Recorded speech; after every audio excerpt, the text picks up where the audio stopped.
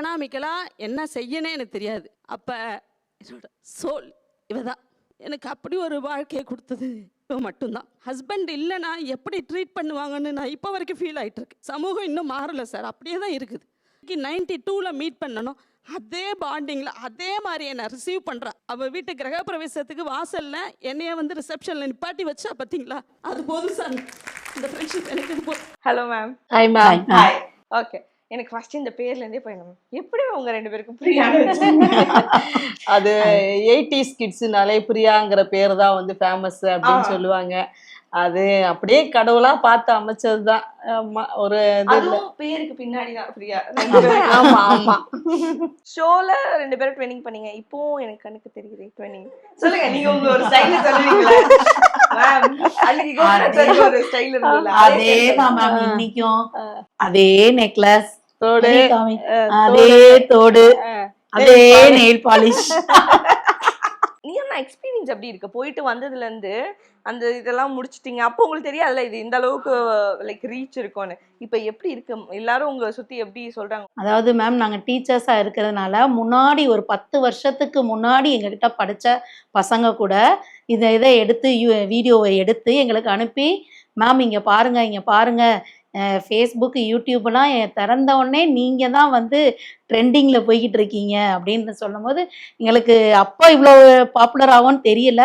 இப்போ ரொம்ப சந்தோஷமா இருக்கு எங்களுக்கு. ரிலேட்டிவ்ஸ்லாம் பார்த்தீங்கன்னா மேம், நம்ம பத்மாவை பற்றி சொல்லிட்டேன்.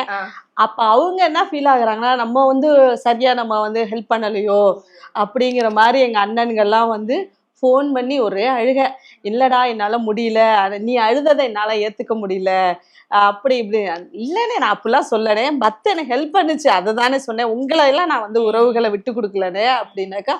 ஆனால் அவ்வளோ பெருமையாக இருக்குது, சந்தோஷமாக இருக்குது, நீங்கள் ரெண்டு பேரும் இப்படியே இருக்கணும் அப்படின்னு. ஆனால் நிறைய பிளெஸ்ஸிங்ஸ் வந்துச்சு. ஆமாம், அதுல கமெண்ட்ஸே நீங்க பாத்தீங்கன்னா உண்மையிலே நான் இப்படி வந்து பொதுமக்கள்கிட்ட இவ்வளோ ஒரு அவங்க எல்லாருமே ஆசைப்படுறாங்க, அந்த நட்பு வேணுங்கிறது அவங்கள்ட்ட தெரியுது.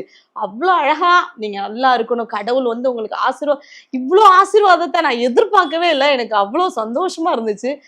இன்னும் பாண்ட் வந்து இன்னும் இறுக்கமாயிருச்சு அப்படிதான் சொல்லணும். அவ்வளோ சந்தோஷம். எத்தனை இயர்ஸ் ஆஃப் ஃப்ரெண்ட்ஷிப் மேம் இது? அதான் 92ல் மேம். இதுலேருந்து படிக்கிறோம், ஆனால் ஒரே செக்ஷன் வந்தது 92ல் வர்றோம். அடுத்து பிஎஸ்சி வந்து மீனாட்சி காலேஜ் போகிறோம். ஸோ அப்பையிலேருந்து ஆரம்பித்த ஃப்ரெண்ட்ஷிப்பு 3 வருஷம். அது வந்து ஃபஸ்ட்டு பேட்சுங்கிறதுனால எங்களுக்கு அவ்வளோ செல்லம். எங்கள் ப்ரொஃபஸர்ஸ் எல்லாம் எங்களை நல்லா மோட்டிவேட் பண்ணுவாங்க. ஒரு காம்படிஷன் ஒன்று விட மாட்டோம், எல்லாத்துலையும். இப்போ ஜெயிக்கிறோம் தோக்குறோம் அதெல்லாம் கிடையாது. இந்த மதிப்பிரியா பத்மபிரியா அங்க ஸ்டேஜ்ல ஏறிடும். என்ன ஒரு ப்ரோக்ராம் இருந்தாலும் எங்களுக்கு தெரியாத டான்ஸ் தெரியாம இருக்கலாம், தெரியாது, ஆனாலும் அதுல போய் பேரை கொடுத்துருவோம், பேரு வரணும். அது என்னமோ அப்படி ஒரு ரெண்டு பேருக்குள்ளேயும் ஒரு கெமிஸ்ட்ரி. எடுத்தது பயாலஜி, ஆனா கெமிஸ்ட்ரி ஒர்க் அவுட் ஆயிருச்சு. அதனால எல்லாத்துக்கும் போவோம், விடாம போயிடுவோம். எங்க பேரே அந்த 3 வருஷம் நம்ம வாழ்ந்து காட்டணும், அவ்வளவுதான் எங்களோட கான்செப்ட். உங்க ரெண்டு பேருக்குள்ள நல்ல பாண்ட் இருக்கு. அது வந்து ஒரு நல்ல டிராவல் கிடைச்சதுனால போயிட்டீங்க.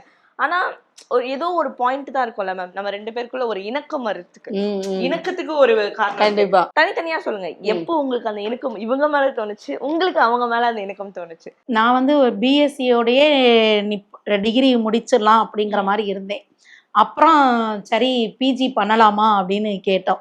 சரி வா நம்ம அப்ளை பண்ணலான்னு சொல்லிட்டு நாங்கள் தியாகராஜா காலேஜுக்கும் அமெரிக்கன் காலேஜுக்கும் அப்ளை பண்ணணும் மேம். அப்புறம் தியாகராஜா காலேஜில் கிடச்சிச்சு. நான் எப்படி எங்கள் வீட்டில் சொன்னேன்னா, மதி வருதுப்பா, அதனால் நான் மதி கூட சேர்ந்து நாங்கள் ரெண்டு. அப்போ வந்து அந்த பாலம்லாம் இப்போ இருக்குது மேம், அப்போ அதெல்லாம் இல்லை. அந்த ஆற்றுக்குள்ளே கூடி தான் நாங்கள் நடந்து போவோம். அப்போ துணைக்கு ஆள் இருக்குது, அதனால் நான் படிக்கிறேன் அப்படின்னு சொல்லிட்டு எம்எஸ்சி பண்ணோம்.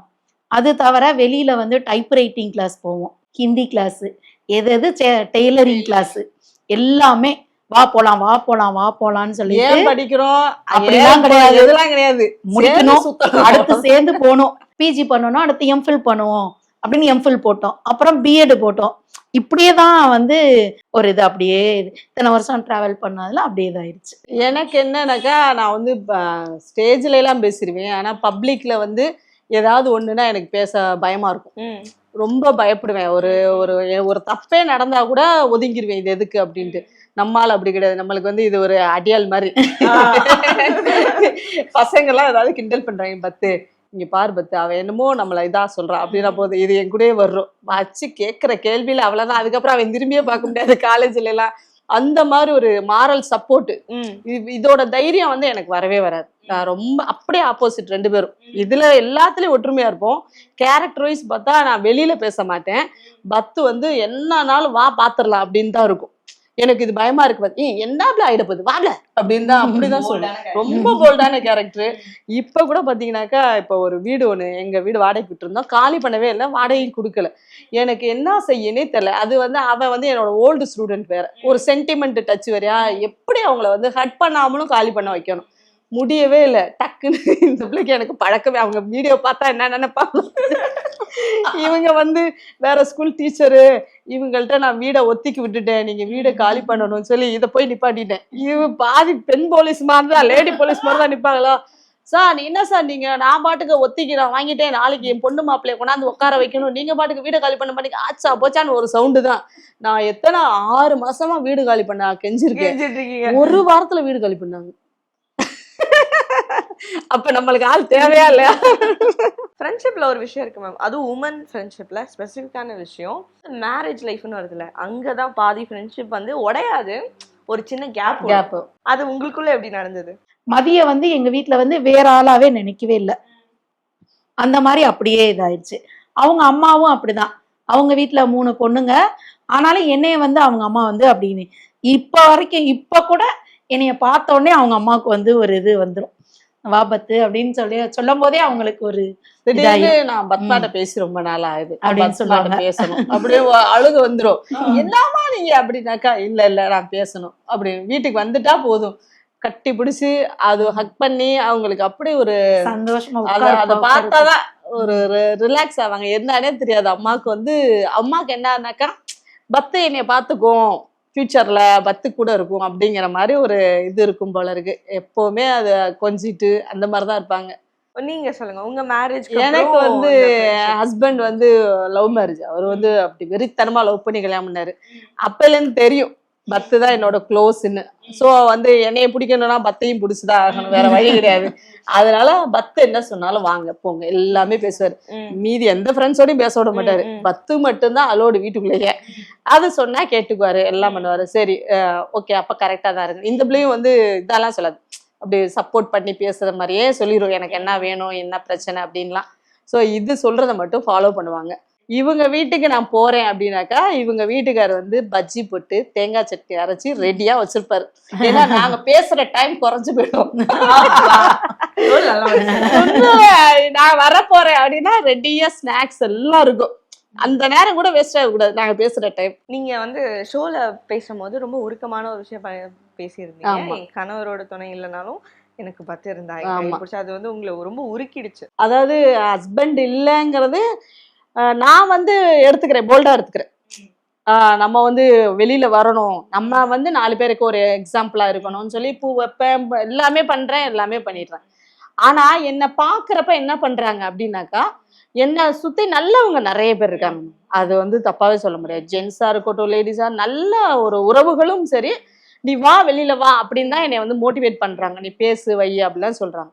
ஆனா ஒரு சில பேர் என்ன பண்றாங்கன்னாக்கா, நம்ம பழகிட்டு இவங்க என்னை எப்படி தள்ளி வைப்பாங்கன்னே எனக்கு தெரியாது. ஏதோ ஒரு சந்தர்ப்ப சூழல்ல என்னை தள்ளி வச்சு பாக்குறாங்கன்னு அப்பதான் எனக்கு ஃபீல் ஆகும். என்னடா இந்த சிச்சுவேஷன்ல நம்மள இவங்க இப்படிதான் வச்சிருந்தாங்களா அப்படின்னு அப்படியே உள்ளுக்குள்ள வந்து அவ்வளோ ஒரு வலி வேதனை இருக்கும். நான் மாறிட்டேன், ஆனா என்னை சுத்தி அவங்க மாறல. ஒருத்தர் கூட சொல்லியிருந்தாரு கமெண்ட்ல, சாரிமா சமூகத்தின் சார்பாகன்னு போட்டிருந்தாரு. எனக்கு அவ்வளோ ஒரு மனசு டச்சிங்கா, எனக்கு ஒரு அண்ணன் வந்து என்கிட்ட சொன்ன மாதிரி அவ்வளோ ஒரு சந்தோஷத்தை கொடுத்துச்சு.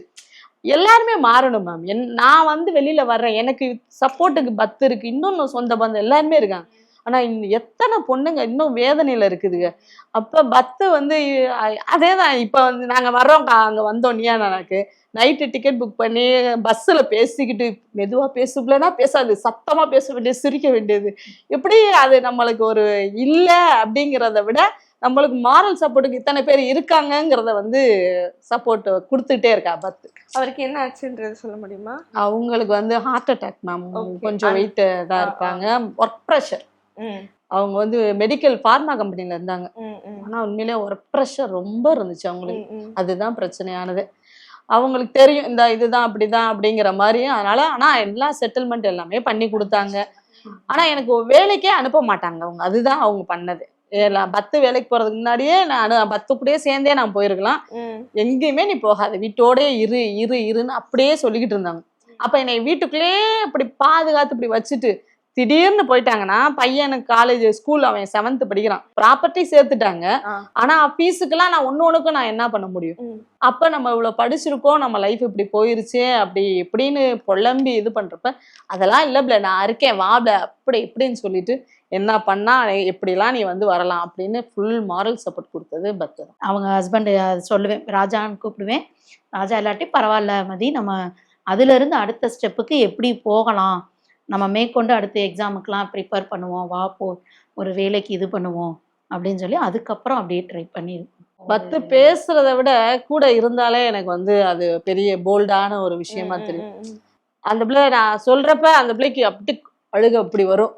அதை அப்படியே இது பண்ணிட்டு சரி சரி வா வா அப்படின்றோம். அதோட நான் சொல்லிட்டேன்னா நான் ரிலாக்ஸ் ஆயிடுவேன், அதோட முடிஞ்சு போயிருது. அடுத்து இந்த பிள்ளைகிட்ட நம்ம சொல்லிட்டோம், அவ்வளவுதான் நம்ம வேலை முடிஞ்சு, இனிமே அது பார்த்துக்கும் அப்படின்னு சொல்லிட்டு தான் ஒண்ணுமே எதுவா இருந்தாலும் ஷேர் பண்ணனா விடு விடு அப்படின்னு சொல்லிட்டு போறப்ப அது எனக்கு வந்து பாசிட்டிவா இருக்குது. அந்த விஷயங்கள் எல்லாமே உண்மையிலே ஃபேமிலி வந்து இழந்ததை விட ரொம்ப சந்தோஷமா என்னை எப்படி வச்சுக்கலாமோ அந்த மாதிரி பாக்குறவங்க தான் இருக்காங்க. ஸோ அக்காங்கெல்லாம் வந்து அப்படி ஒரு சப்போர்ட். இப்ப நான் இங்க போயிட்டு ரொம்ப இது அவங்க அக்கா பெரிய அக்கா வந்து இங்க இருக்காங்க திருவாரூர்ல, அவங்களும் டீச்சர். சோ அவங்களா இருக்கட்டும், ரெண்டாவது அக்கா இங்கதான் இருக்காங்க. எனக்கு வந்து நான் சொல்லுவேன், இப்ப நான் நீயா எனக்கு வரேன்னா வீடு ஃபுல்லா என்ன ஜாமான் எப்படி இருக்கோ அப்படியே தூக்கி போட்டு போயிட்டுருவேன். இது வந்து பாத்துக்கும், எல்லாமே பாத்துக்கும். அம்மா தனியா இருக்காங்க, அம்மாவை பாத்துக்கணும், எனக்கு அந்த பயமே இருக்காது. நான் இவ்வளவு தூரம் வெளியில வர்றதுக்கு எனக்கு பேக் போனா இவங்க எல்லாருமே இருக்காங்க. என்னை வெளியில கையை பிடிச்சு கூட்டிட்டு போறதுக்கு பத்மா இருக்கு. சோ நான் எனக்கு என்ன இருக்கு இல்ல அவரு அப்படிங்கிற அந்த குறை மட்டும்தான் இருக்கு. மத்தபடி எல்லாருமே வந்து எனக்கு இருக்காங்க. நான் அன்னைக்கு அழுததை வந்து எத்தனை டீச்சர்ஸால ஏத்துக்க முடியலன்றீங்க. என்ன மேம் நீங்க எப்போதும் சிரிச்சுக்கிட்டே இருப்பீங்க, உங்களுக்குள்ள ஒரு சோகம் இருக்கா? என்னால ஏத்துக்கவே முடியல. நான் இப்படி ஒரு கோணத்துல நான் உங்களை நான் பார்த்ததே இல்லையே, இப்படி இருப்பீங்களா நீங்க அப்படின்னு. அவாலுவேஷன் ஃப்ரெண்ட்ஸ் எல்லாரும் இருப்பாங்க, டீச்சர்ஸ் பயாலஜி குரூப்ல உள்ள டீச்சர்ஸ் எல்லாருக்கும் தெரியுமா, எல்லாத்தையும் நாங்க போனாலே சிரிச்சுக்கிட்டு தான் இருப்போம். ஸோ அவங்க எல்லாரும் அந்த மாதிரி பார்த்துட்டு மதியோட இன்னொரு முகத்தை நாங்கள் இன்னைக்கு தான் பார்க்குறோம், இவ்வளோ வருத்தம் இருக்கா ஐயோ அப்படின்னு சொல்லிட்டு அப்படி ஒரு எமோஷனல் ஆயிட்டாங்க. இல்லை ஜென்ஸ் ஸ்டாஃபாக இருக்கட்டும், லேடிஸாக இருக்கட்டும், டீச்சர்ஸும் நிறைய பேர் சொன்னாங்க எங்களுக்கு தெரியவே தெரியாதுப்பா மதிக்கு அப்படின்னு சொல்லிட்டு நிறைய. எப்பவுமே ஒளிபரப்பான அன்னைக்கே போன் பண்ணல பத்து இவங்க ஸ்கூல் டீச்சர்ஸ் போன் பண்ணிட்டு நாங்க எதிர்பார்க்கவே இல்லை, எங்களுக்கு அவ்வளோ அழுகாயிருச்சு, ரொம்ப எங்களுக்கு மனசு கஷ்டமாயிருச்சு அப்படி எப்படின்ட்டு பாவமா இருந்துச்சு. சரி வாங்க வாங்க நான் சமாதானப்படுத்துற அளவுக்கு அவங்க சொசைட்டியா எவ்வளவு கஷ்டமா இருக்கு. உங்களுக்கு மாரல் சப்போர்ட் கொடுத்து ஒரு ஃபினான்ஷியல் ஸ்டெபிலிட்டி இல்ல, ஸோ வீட்டுல இருக்க உறவுகளே அவ்வளவு ஸ்ட்ராங்கா இருந்தோம், நம்மளே செல்ஃபாவும் எழுந்து நிக்கும் போது நம்ம இவ்வளோ என்னப்பான்னு கேட்கும்போது வலிக்குதுல்ல. கண்டிப்பா அது சொசைட்டியே எவ்வளவு ஒரு நெருடலா இருக்கு. மாறிட்டாங்கன்னு நம்ம நம்பிக்கிட்டு இருக்கோம், ஆனா இன்னுமே இருக்காங்க. முக்கியமா வந்து லேடிஸ் தான் என்ன சமூகத்தை வந்து நான் வந்து விட்டு கொடுக்க முடியல. ஆனா கண்டிப்பா சொல்றேன், ஜென்ஸு கிட்ட வந்து அவங்க கடந்து வந்துட்டாங்க, அது ஒரு விஷயமே இல்லைன்ட்டு போறாங்க. லேடிஸ்க்கு வந்து அவங்களுக்கு வீட்டுக்காரர் இருக்குங்கிறதே ஒரு பெரிய கிரெடிட்டா நினைக்கிற பல பேர் இருக்காங்க. அவங்க சந்தோஷமா இருக்காங்களோ இல்லையோ, உனக்கு இல்ல அதுதான் அப்படிங்கறதுல ரொம்ப ஒரு இதா இருக்காங்க. எனக்கு அது வந்து சில்லித்தனமா தெரியுது. இதுல என்ன இருக்கு, எல்லாரும் இருக்கோம் இல்ல, அது அடுத்த வித்தியாசமா இருக்கும். அடி வாங்கிட்டு இருப்பாங்க வீட்ல, அதுதான் ஒரு கிரெடிட்டா பாப்பாங்க. அது எனக்கு முன்னாடி விட்டு கொடுக்க கூடாது அப்படிங்கிற மாதிரி ஒரு சிலர் நடந்துக்கிறப்ப எனக்கு அவங்க மாறணும். அவங்களுக்கு என்ன தெரியும், அவங்க இன்னும் எத்தனை பெரியார் அவங்களுக்கு என்ன அனுபவம், வெளி அனுபவம் கிடைக்கல. அவங்க தப்பா இருக்கலாம், ஆனா நம்ம லைஃப்ல அது பிரதிபலிக்கும். அதுதான் தப்பு. எனக்கு அவங்க வந்து ஒரு குங்குமம் கொடுக்காதனால என்ன வந்து எதுவுமே பாதிக்க போறது கிடையாது எனக்கு. ஆனா அவங்க இன்னும் வெளியில வரலையே, அவங்களுக்கு தெரியல. நம்ம தானே நம்ம பிள்ளைய விட்டு கொடுக்குறோம் அப்படிங்கிற நம்ம எண்ணத்தை நம்ம விட்டு கொடுக்க கூடாதுல்ல எந்த காலத்துலயும். ஜென்ஸ் யாருமே, கோபிநாத் சார் சொல்லுவார் பாருங்க, நம்ம உறவுகளா இருப்பாங்க மனைவியை விட்டு கொடுக்க மாட்டாங்க. ஜென்ஸ் எப்பயுமே யாருமே விட்டு கொடுத்து பார்த்ததே இல்லை. ஆனா அடுத்த லேடியை வந்து மட்டம் தட்டுறதுனா இந்த ஒரு விஷயத்துல அழகா மட்டம் தட்டிட்டு போயிடறாங்க. குழந்தை இல்லையா, அழகா மட்டம் தட்டுறாங்க. எனக்கு 1 year குழந்தை இல்லாம இருந்துச்சு, டைரக்டா வந்து 1 வருஷம் ஆச்சு, என்ன உனக்கு குழந்தை இல்லையா? என் மருமகளுக்கும் உனக்கும் ஒரே நாள் கல்யாணம் ஆச்சு, எனக்கு பேரப்பிள்ளை இருக்கு அப்படின்னு டைரக்டா கேட்டாங்க. அன்னைக்கு அழுதுருக்கேன், அவ்வளோ அழுக. 1 வருஷம் குழந்தை இல்லாம இருந்தேன்னாக்கா அது வந்து அவ்வளோ பெரிய அப்படியே ஹார்ட் பண்ற மாதிரி ஏன் பேசுறாங்கன்னு எனக்கு தெரியல. அது ரொம்ப மனசு கஷ்டமா இருக்கு. இது ஒரு கொஸ்டின் இருக்கு, என்னன்னா உங்களுக்கு தான் உங்களுக்கு எந்த சூழ்நிலையும் தோணலையா, லைக் ஒரு கல்யாணம் பண்ணிக்கலாம், ஒரு செகண்ட் மேரேஜ் அப்படின்ற ஒரு தோணல் வரலையா? கேட்டோம் மேம். ஆனா அப்ப வந்து வேண்டாம், அந்த அந்த மாதிரி ஒரு எண்ணம் வரல, அவளுக்கு வரல. அப்புறம் சரி தம்பி இருக்கான் அப்படின்னு இது பண்ணு, நாங்க சாட்டிஸ்ஃபை, அதாவது போதும் அப்படிங்கிற மாதிரி தெரியாது. அந்த பிள்ளைக்கு என்னோட அனுபவங்கள் எல்லாமே தெரியும். எனக்கு அடுத்த வந்து இதுதான், பையனை பாத்துக்கணும், நான் ஒரு இன்னொரு லைஃப் வந்து அதுக்கெல்லாம் ஆசைப்படுற ஆள் இல்ல. நிறைய பேர் கேட்டிருப்பாங்க, இத கேக்குறவங்க கண்டிப்பா நம்ம வந்து இந்த ஃப்ரீடம் கிடைக்கல. இப்ப ஃப்ரீடமா தான் இருக்கேன், ஆனா இந்த வந்து அந்த சமூகத்துல இப்படி பாக்குறாங்க வைக்கிறாங்கிறப்பதான் கொஞ்சம் ஹர்ட் ஆகுது. அவங்களும் ஈஸியா மாறிட்டாங்கன்னா உண்மையிலேயே ஹஸ்பண்ட் இருக்கு இல்ல, எல்லாரும் மனிதர்கள், அவ்வளவுதான், இவங்களுக்கும் மனசு இருக்கு அவ்வளவுதான் அப்படின்னு பாத்துட்டோம்னா ஒண்ணும் இல்ல. இன்னும் கிராமத்துல எல்லாம் பாத்தீங்கன்னா இன்னும் எங்க ரிலேட்டிவ்ஸ் எல்லாம் இருக்காங்க, எல்லாருக்காகவும் சேர்த்து தான் நான் சொன்னேன். இவ்வளோண்டு ஒரு பொட்டு தான் வைப்பேன்னு சொல்லிட்டு நான் இதுக்காகவே எங்க ஊர் ஃபங்க்ஷனுக்குலாம் போனா பூ வைக்கிறது, பொட்டு வைக்கிறது, என்ன பார்த்து மாறுங்க, என்ன வந்துருச்சு அப்படின்னு சொல்லிட்டு அம்மா தான் சப்போர்ட் பண்ணுவாங்க. வையிடி அப்படின்னு சொல்லிட்டு வாங்கி பூவே அவங்க தான் வாங்கிட்டு வருவாங்க. வச்சுக்கோ, நல்லா இரு, சந்தோஷமா இரு அப்படின்ட்டு.